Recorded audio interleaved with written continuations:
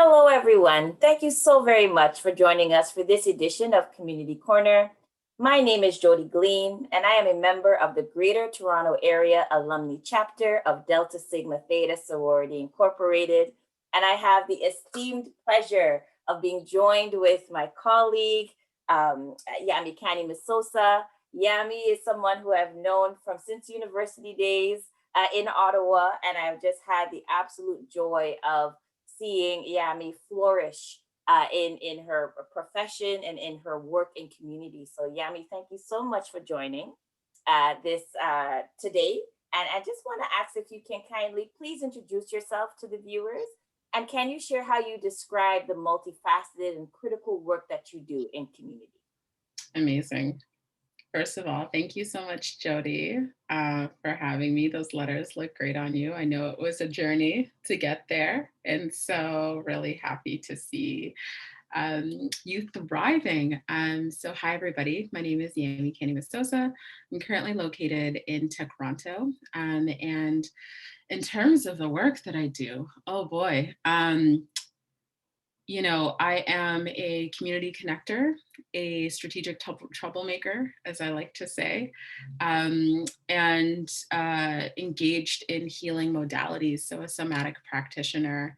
And so I came to this work, oh gosh, probably 13 years ago, 14 years ago. It feels so weird to say that.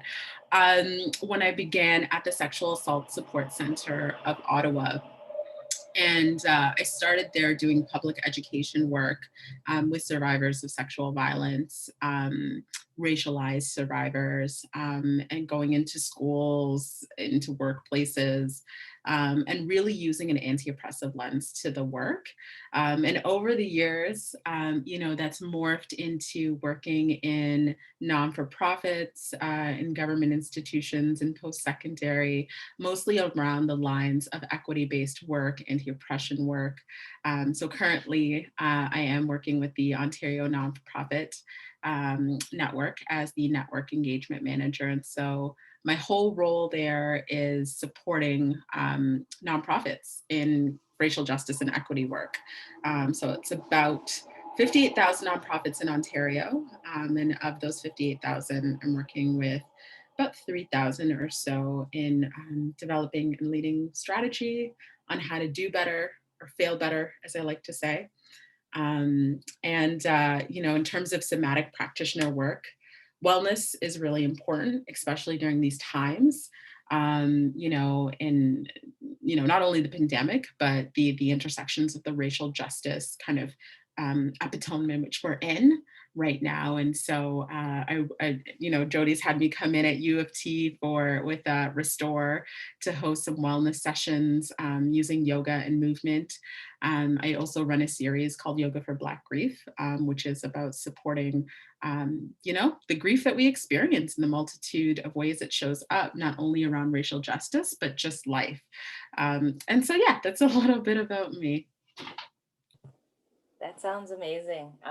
And yes, I have witnessed firsthand the beauty of the work that you do, and so grateful that this is a part of your journey as you engage.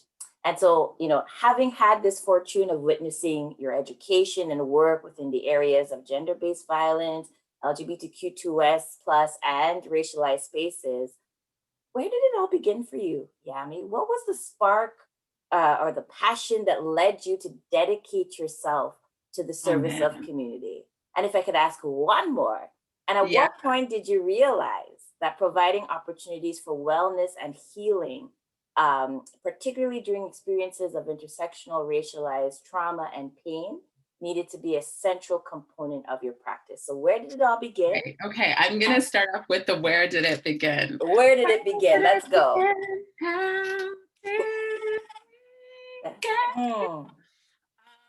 Yes. Not a singer, y'all. Many things, but not a singer.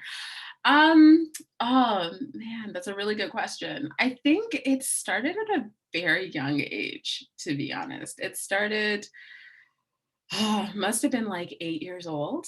And my parents were heavily influenced in politics and provincial politics at the time. And I remember my dad taking me canvassing and me being like, what are we doing and why are we doing this for, it was a specific political party, which we don't need to name. And he's like, to create social change. And at the time I was in Girl Guides. So I was a Girl Guide and, you know, a brownie and a spark. And so I think like, if I really think about it, like that was the catalytic moment in which like, I started to really think about social change in my own way. And like it mirrored throughout my childhood. Like I was always the person that was doing the runs for cancer, always the individual that was like volunteering and giving my time at the hospital, at the Ronald McDonald House. And so I think it really was, you know, watching specifically my dad and the work he did in community, and then just following along and being like, oh, what is this about? And then, you know, as I got older, it got a lot more heavily politicized in how I and in my alignment with social change work. But that really was it. It was walking along with my dad and seeing the work that he was doing and being like, what is this all about? And being like, I care about human rights too. And then just, you know, it's always been there. And it's really nice because like, you know, even now, like my dad and I still have that relationship where we talk about social change and social justice. And like, even though sometimes he's like, Yami, I just don't understand the causes, or like, you know, do we have to do it this way? Is it too militant, you know, around racial justice at times? And it's like, you know, I'm able to have those nuanced conversations with him. And so that was the starting point, definitely for me. And I think your question around, you know, incorporating wellness into, um, you know, social change work for different equity deserving groups has been really connected to my belief that oppression is you can't talk yourself out of oppression, right? You can't talk yourself out of experiencing it and perpetuating it. You need to feel your way. And so for me, incorporating that somatic and embodied experience around curating spaces where I want Black people to feel, I want racialized people to feel, I want queer people to feel, because you know, when we think about systemic oppression and violence, a lot of the time what we are experiencing is feelings. And so for me, you know, bringing in yoga and meditation and breathing was an avenue for folks to be able to engage in the body, because the body was a site of violence. So the body can be a site of liberation. And so, yeah, it's been a really interesting journey. And whenever working with organizations or individuals or in community, it's always how do we incorporate the feeling element of noticing when we're reacting with our breath around experiences of oppression. You know, this week we heard not shocking but devastating news around 751 children in residential schools being found. You know, the prior to week it was 251, and we know that there's going to be more. And when we, you know, when I think about my work with Indigenous communities across, you know, like along Turtle Island, you know, or what is colonially known as Canada, it's how do we curate spaces where we could talk about the healing components of harm, right? And so that's why somatic and healing yoga spaces have been so important to the work. Absolutely critical. Thank you so much for sharing that. It's really Mm, interesting to hear how in our formative years when we're younger, the moments, the opportunities that shape who we become many years later. So thank you so much for that. And so in keeping with the waves in mhm. all of what we've been contending with, not only Yeah. within the past week, the past few months, but the past year and a half, what new learnings have Mhm. you discovered about yourself and your practice in this past while? What comes up for you? That is a really great question. Um, it's a really great question. Um,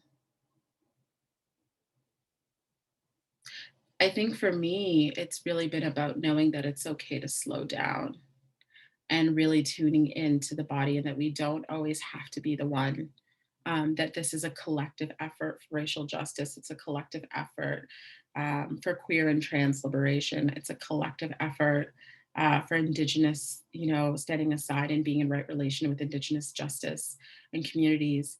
And that in many ways, whew,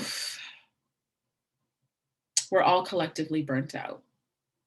So how can I be compassionate with myself when that to-do list is like ever so long? How can I put good food in my body and know that if I accomplish that, that is a success of the day? How do I lean into saying I am not okay right now? When the pandemic initially hit, I formed a collective of Black femmes, queer femmes, and we came together, and we would just talk every week about what's showing up for us. So it was this informal support group around like mental health, and I looked forward to it. And I think as like the strong Black, woman trope of having to do it all, really just like pushing against that and being like, no, actually, I don't have to do it all. And like, yeah, I'm going to lean into support. And no, you know what? I said I would do that training, or I said I would do that session. I'm going to push it back 3 months because racial fatigue is real.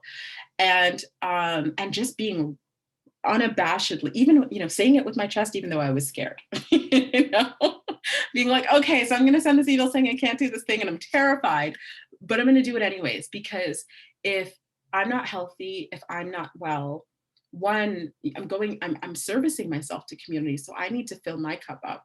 And also, in this world of like needing to consistently produce and be on our A game, if I can show compassion to myself, I can also show compassion to others. And so, yeah, those are some of the things that have come up for me. Listen, I obviously needed to hear this. Yeah, this messaging today. Thank you. No, thank you for sharing that. The fatigue has been, and the word tired, you hear that so much with folks who are engaged in this work from community. It is really, and it's a term that I'm hoping we can disrupt, and disrupt it with rest, Yeah. so thank you for positioning that. And so, And y'all, sorry yes, to interrupt you, Jodie, go but ahead. the NAP ministry, Mm, just daily affirmations about how Black women and Black people need to rest. yes, So just lean into rest. And rest doesn't mean not doing anything, but rest means if I look at my schedule, is everything back to back to back, yes. because we still have life to deal with. We still, it's interesting. It's a bit of a tangent, but I'm going to go there. It's interesting when we talk about systemic racism and systemic oppression, we are also experiencing it. I know you're experiencing it. I know I'm experiencing it in my day-to-day life, right? These things are not abstract. They're part of our everyday. And that's why wellness is so incredibly important, because we're experiencing it as we're teaching it, as we're moving through people through it. So there has to be compassion for us, but sorry for interrupting. No, listen, speak the word, because it's essential for us to not only hear it but be reminded of it and then live it, because sometimes this sharing stays in the space that you need rest, but then to actually operationalizing it, this at times can be a disconnect. And so there's an intentionality piece that I think is so fundamental, and I revel and I'm so overjoyed when I meet folks engage in community work that have found a way to do it, Yeah. and be brave enough at times to do it. So thank you so much for sharing that. And so when we think about that though, and we think about the need for refueling, right? Part of what I like to center as a core component of my fuel is hope, right? Hope and joy in this work. So can I ask you, what brings you joy in doing this work? What brings me joy in doing this work?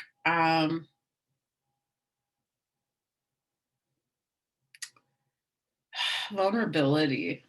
I think being able to be vulnerable and in speaking my truth, being able to invite others to do that for themselves. What brings me joy in this work is knowing that no matter what plane it is, whether it's like, as a community worker, or as like, more bureaucratic work, that I'm tapping into creating spaces where people can feel, where people can connect with their emotions and people can heal. Because when we heal ourselves, we're healing our generations to come, right? And so that brings me joy. Using plant medicine. So you'll notice I have a lot of plants. I'm using like the metaphor of caring for the plants and tuning into what it needs as a way that that brings me joy. Infusing my life brings me joy, and I think also just like dancing and using movement, and when folks come to my yoga sessions, playing Afro beats, and it not being this prescriptive, um, vinyasa flow or something like that, that we can come and shake our booty, and that's the root chakra, and let it out and listen to some jewels, and, just be in tune. What brings me joy is seeing Black people breathe, queer Black people breathe, trans Black people breathe. That is what brings me joy. And, the fact that we've quite literally thrived in really difficult conditions. That brings me joy. Our resilience brings me joy. Having this conversation with you brings me joy. This lipstick brings me joy. Listen, it's the small things. And I remember writing an article for Shadowline last year, right at the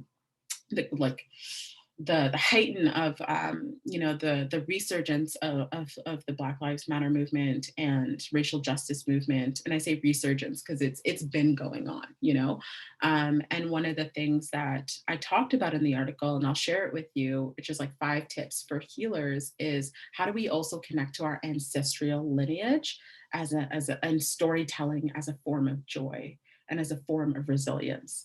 And so, yeah, those are some of the things that have been keeping me up and afloat. That's awesome. Thank you. Thank you so much for sharing. And so, as we come to a close, uh, can you share with viewers what's one affirmation or quote that inspires you, particularly during the most difficult or challenging of times?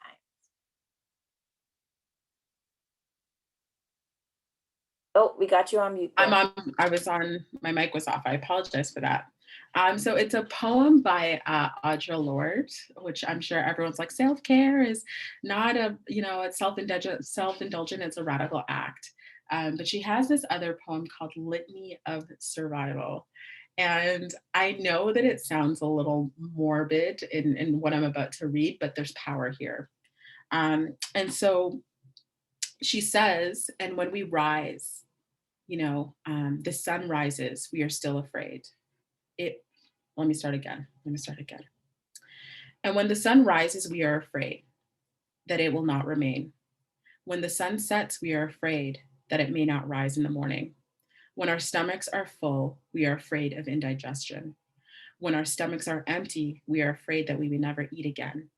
When we are loved, we are afraid the love may vanish. When we are alone, we are afraid the love will never return. And when we speak, we are afraid our words will not be heard or welcomed. But when we are silent, we are still afraid. So it is better to speak, remembering that we will survive. And so it's just that reminder that in many ways, fear is always going to be present with us in our everyday. And that that there's always that omnipresent fear of grief or life that's going on in the background. And so how can we speak our truth unabashedly, knowing that we will survive and we will thrive, and that it's okay to have moments of darkness, and it's also even scarier to have moments of joy at times because we're so afraid it's going to be taken away. But let's lean into that, right? Because that's the essence of why we're here, and that's the essence of our resilience. So yeah, that's the quote that I love. Oh, thank you so much for sharing that. So beautiful, so needed and necessary. I know for me, no about y'all, but I know I needed this word today. So, Yami, thank you so much. Thank you You're so much for welcome. allowing me And this happy Pride space and Month. opportunity. Happy Pride Month. Yes, absolutely. Thank you, Yami. Wishing you nothing but continued joy and hope and wellness and healing and bravery and courage. And if you need me, you know my number. I'm right here. I got it there. Thank you so much, So Jodie. much. All Have a right, take fantastic care. weekend. Bye. Bye.